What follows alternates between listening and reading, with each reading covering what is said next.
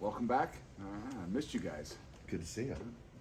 I wasn't talking to you specifically, but obviously week one, game one is always, to me, unique in college football in particular.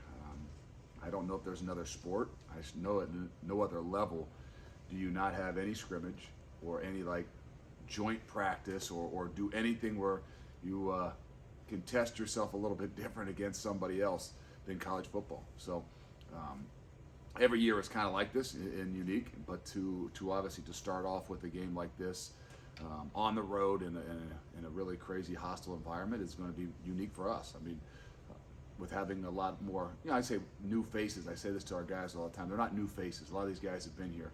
They just haven't been maybe the recognizable faces to a lot of other people.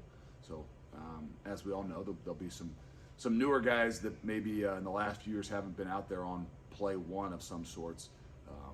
But nonetheless, it's been a long time coming. I know our guys are incredibly excited.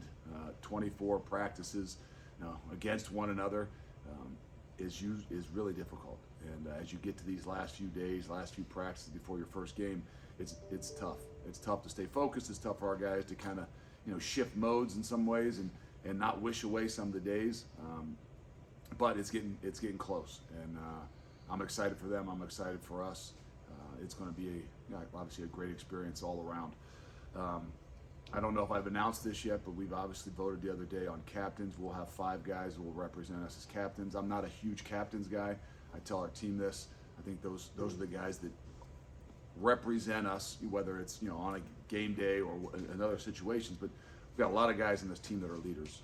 But we'll have 5. We'll have 2 guys on defense in Will Huber and Jabari Taylor, and then we'll have 3 guys offensively with Dylan O'Quinn, Josh Wiley, and Trey Tucker.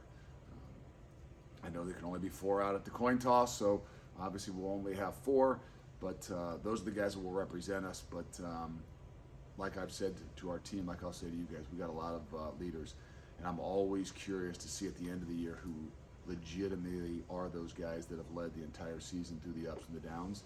And as you know, in our program, we'll obviously announce those guys at the end of the year as well. Questions for Coach?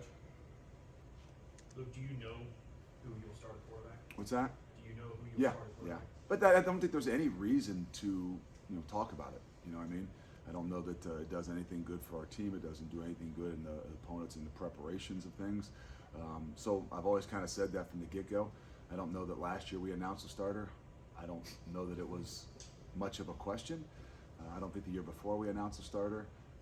Again, I don't know if it was much of a question. So for us, obviously you got to have a plan and you got to move forward with it. But there's no reason for us really to kind of announce things. Did you talked about wanting to at some point in camp make a decision even internally so that person could get acclimated to being a leader? Do you feel like you got to that point? Yeah, we did. You wanted it to be a little bit earlier, but I thought that the way those guys competed, it was a little harder to do. And there's never a perfect time. There's never the exact right time. But I think it was important for us just to make sure that we're getting those guys the reps they need, especially going into that week one.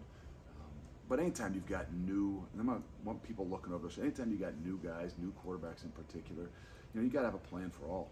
And I think that's the thing that I'll continue to push our guys for, that those guys are going to continue to grow. But there is a plan, because there are a little bit different guys. And based on who is in there, we would have to, adapt a little bit, because you want to do what guys do well. And, it doesn't mean you change who you are, but you got to kind of start to figure that out. Same way defensively, you got to do what you do well. And, we've gotten away a lot in the last few years of playing really well and playing a lot more, man coverage or on-body coverage. And I'm not saying we can't and won't, but, there's some things we'll have to do a little bit different just because, maybe our guys do things a little bit differently and do some other things well that maybe we didn't do in the past. Do you have any plans, intentions to play 2 quarterbacks? No, I mean it could, but I mean there's situations that you always need, but again, those are kind of things that we always got plans, and plans are subject to change, and plans don't always come out the way they're supposed to, because when the ball hits the foot hits the ball, a lot of things have to adapt and adjust. And no matter what, whether it's a quarterback position, whether it's the corner position, there's going to be more than just 11 guys that are ready to play. There's going to be more than 11 guys that got a plan to play, and we've got to be able to adapt. to prepare the team for the atmosphere down in Fayetteville? Well, it's not easy. You know, you could say, well, we pump music in and we want it to be loud, but the reality is you want to have good practices. So I think there's a balance there.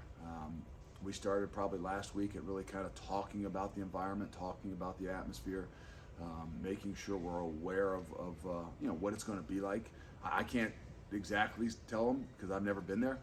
Obviously, I've heard and talked to a lot of other people, but it's one of those things that's hard to prepare for, because it's kind of twofold. Like I said, there's a lot of other things that you got to prepare for as well, and sometimes the atmosphere is one of those things that that sometimes gets in the secondary, just because with the younger team you got to have some really good practices. But I know that after the playoff game last year, I think I didn't do a good enough job of preparing our guys for the environment and the atmosphere.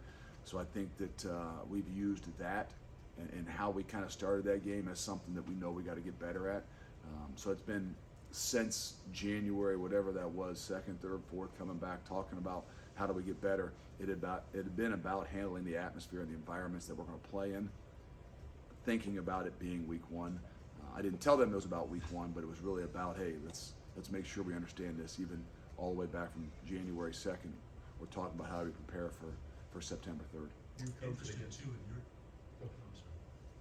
in your sense of the environment around here, just real quick. Yeah. You're gonna have a big screen on short line. Bars are packed. The impact of your team, I mean, it's really captured the imagination of this campus and the area all the way around. Do the players feel that? Well, it's their team, it's our team, and I think they do. There's something you don't want to get caught up in. I know that it's something we're proud of. We don't want to shy away from it because I'm not saying it was always like that, and but that's one of those steps to for me. Even when I came here, is wanting these guys to experience the environments like we're going to play on Saturday, but also the environments of what a college campus feels like when there's a buzz, what a community feels like when there's a buzz. I remind them again, too much is given, much more is expected. And where there are some young guys that are walking in here and maybe haven't done a whole lot to earn or create that, they're walking in with expectation to how to be able to handle things like that. So all things that we really want to create, all things that these guys in this room have seen grow over the last 3 or 4 years. I know they're all proud of it, but it's not one of those things that you get a whole lot of time to take some deep breaths and enjoy. Hopefully maybe some of those guys from the last few years will enjoy it because they were a big part of creating it as well. You would have been there at the Sugar Bowl in 2010, I guess, with Ohio State. Curious if you remember anything about their fan base from that game. I don't really remember. I mean, obviously, I know a lot about it. I mean, I'm not exactly from that game. All I remember is we were down to about one corner left on the bench, and we got a punt blocked with about a minute to go in the game, and we called an all-out pressure and dropped a boundary end. Cincinnati, Ohio kid picked it off and ended the game for us. But other than that, those are some of the positive ones that I remember. I do remember we left a call sheet someplace that some way, somehow ended up in the hands of the opposing team. It wasn't planned. It wasn't one of those things that was unique. Just one of our GAs, I think, left it in the Burger King. And so, no. Other than that, I don't remember. I know it's going to be loud. I know it's going to be a hostile environment. I know it's going to be one of those ones that you want your guys to be able to play in and enjoy, because this is what college football is all about. KJ Jefferson is a threat with his arm, but also at that size in the RPO is kind of a load. Is he one of the more unique challenges you've seen? They led the SEC in rushing last year. Yeah. They're the leading rusher in the country outside of the triple option types of teams, probably. I think in his growth, I'm sure that they don't want him to be their leading rusher, would be my guess. But he is very dynamic at what he does, and he can throw the ball. I think he's getting better and better at that. But he is a dual threat guy, and not just is he a dual threat guy to run, he's a dual threat guy to run you over. And I think the unique thing about it is when quarterbacks not just are willing but able to run downhill, not just laterally, to me they put a lot more pressure on defenses. Do you get some Lenny or Jabari Taylor scout team QB this week to help? Well, it's really hard. Another thing that's hard to simulate, just like sometimes the environment, the atmosphere, because what the environment atmosphere comes down to is, your emotions, and it's not like you're going to trigger those kinds of emotions in a practice based on the environment. And it's the same thing, it's hard to simulate a 6'4", 245-pound guy running downhill as a quarterback. You just got to be prepared for it. You got to be able to tackle well. You got to be able to tackle physically, and you got to be able to do it on a consistent basis. You talked often last year about not just being a top 10 team, but being a top 10 program. Is this kind of a test of that when you do have the turnover you do, with a lot of guys going to the NFL and you jump right into a game against an SEC opponent? Do you think this kind of tests that idea of keeping your program going despite losing players? There's a lot of things that this is going to test, and that being one of them, and our ability to continue to grow, not changing expectations, but being able to attack, opportunities like this. And so, yeah, I think it's all a part of that. But like I try to remind you, look, we define who we are. We define, what it looks like, and whether that's, what our us is or what success is. And this is another step in this team, not the past teams, not the program. I think as you go into week one, you got to really focus on this team. And as you get into the season, as you start to talk to the coach, he talks about the program. But I think as you start it, as you give these guys their due, you talk about this team. And so we don't worry as much about those bigger pictures as we are worrying about that, what us looks like, and how all those guys handle not just the environment, but how they handle one another on the road in particular. Do you like jumping right into a big game like this week one? It gets you kick-started. I think it definitely makes your camp a little bit different. I don't know that there's an exact science in the way to go about things. These things are done way outside, in advance a long way, but it is what it is.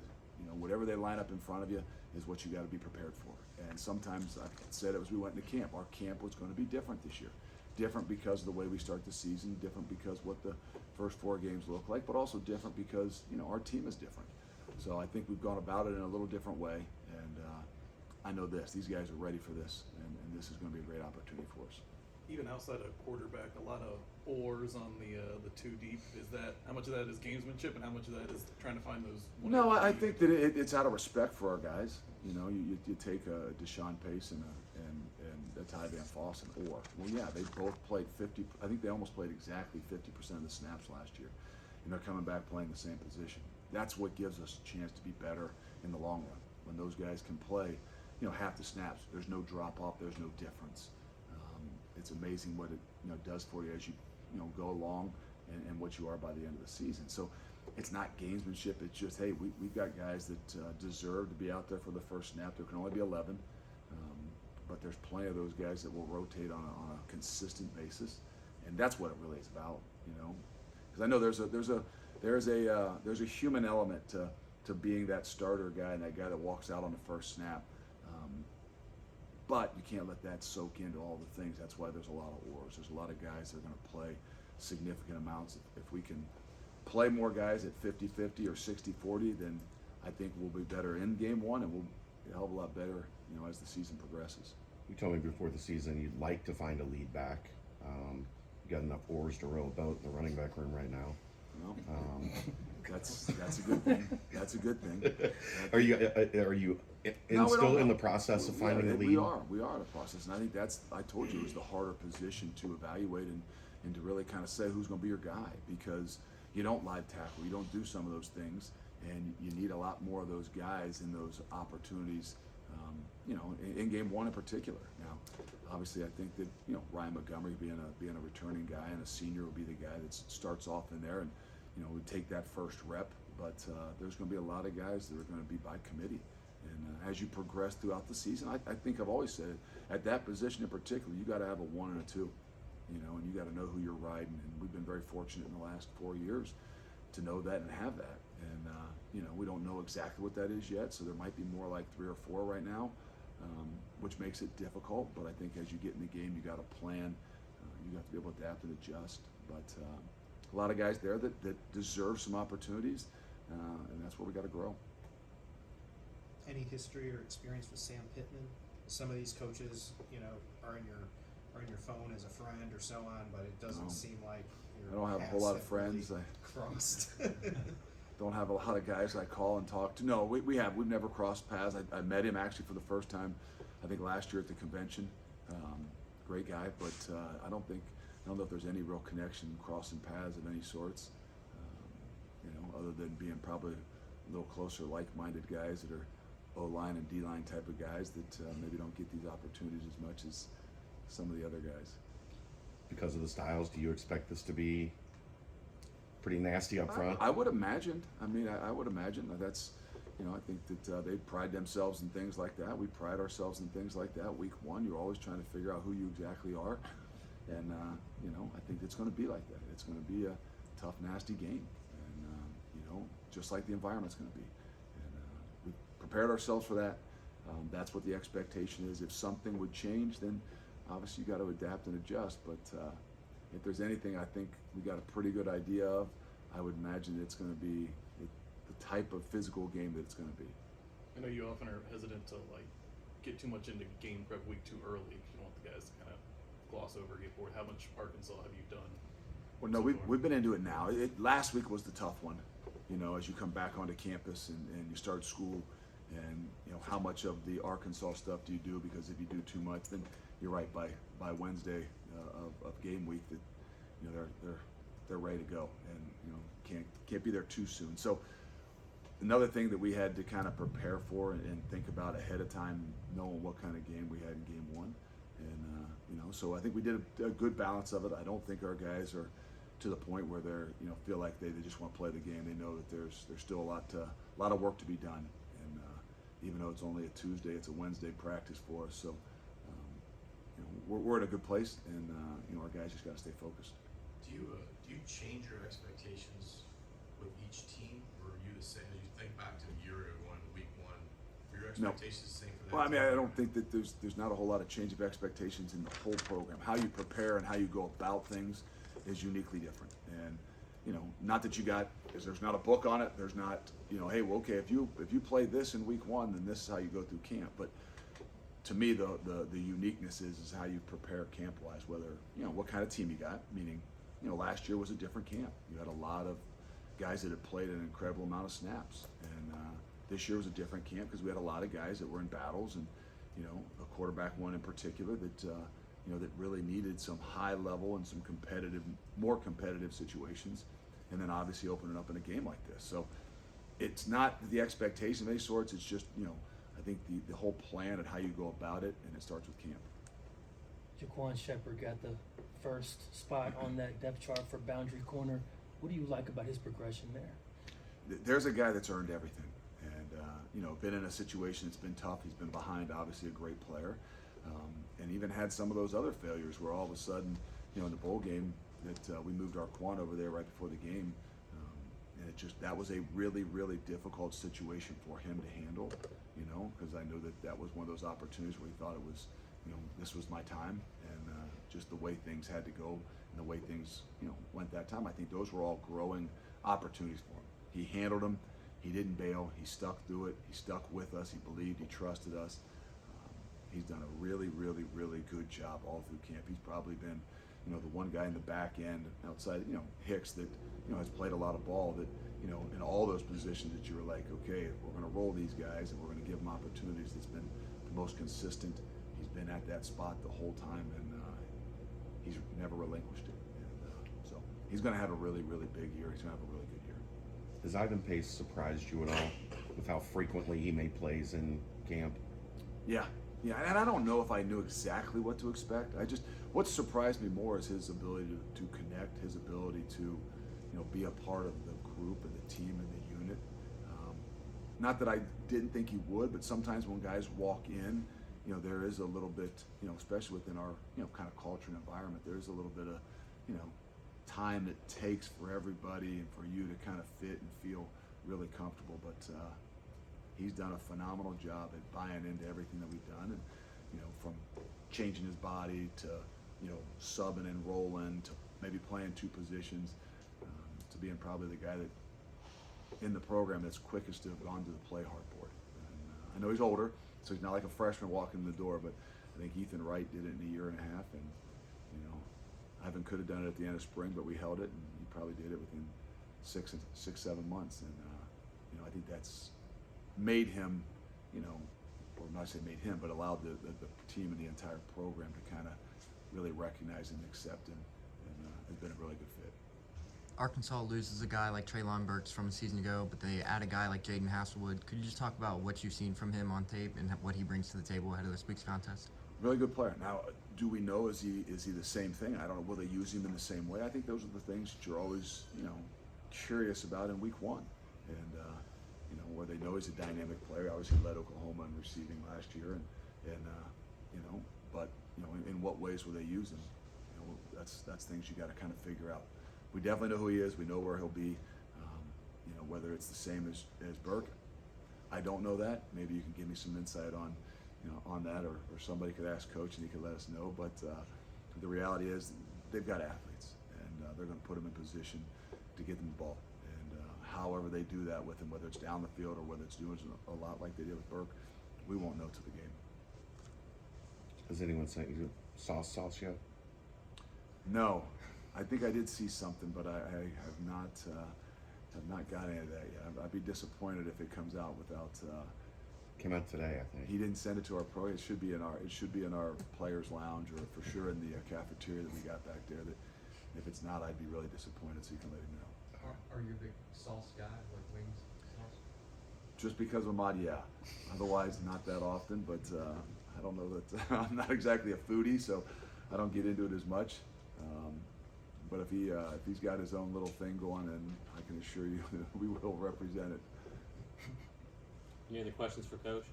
Can I ask one more? So Pittman had a funny quote where he said, the first couple offensive series, they'll learn a lot to see if you guys will bring sweet tea or if you'll bring liquor to a party. Are you more of a sweet tea guy or a liquor guy?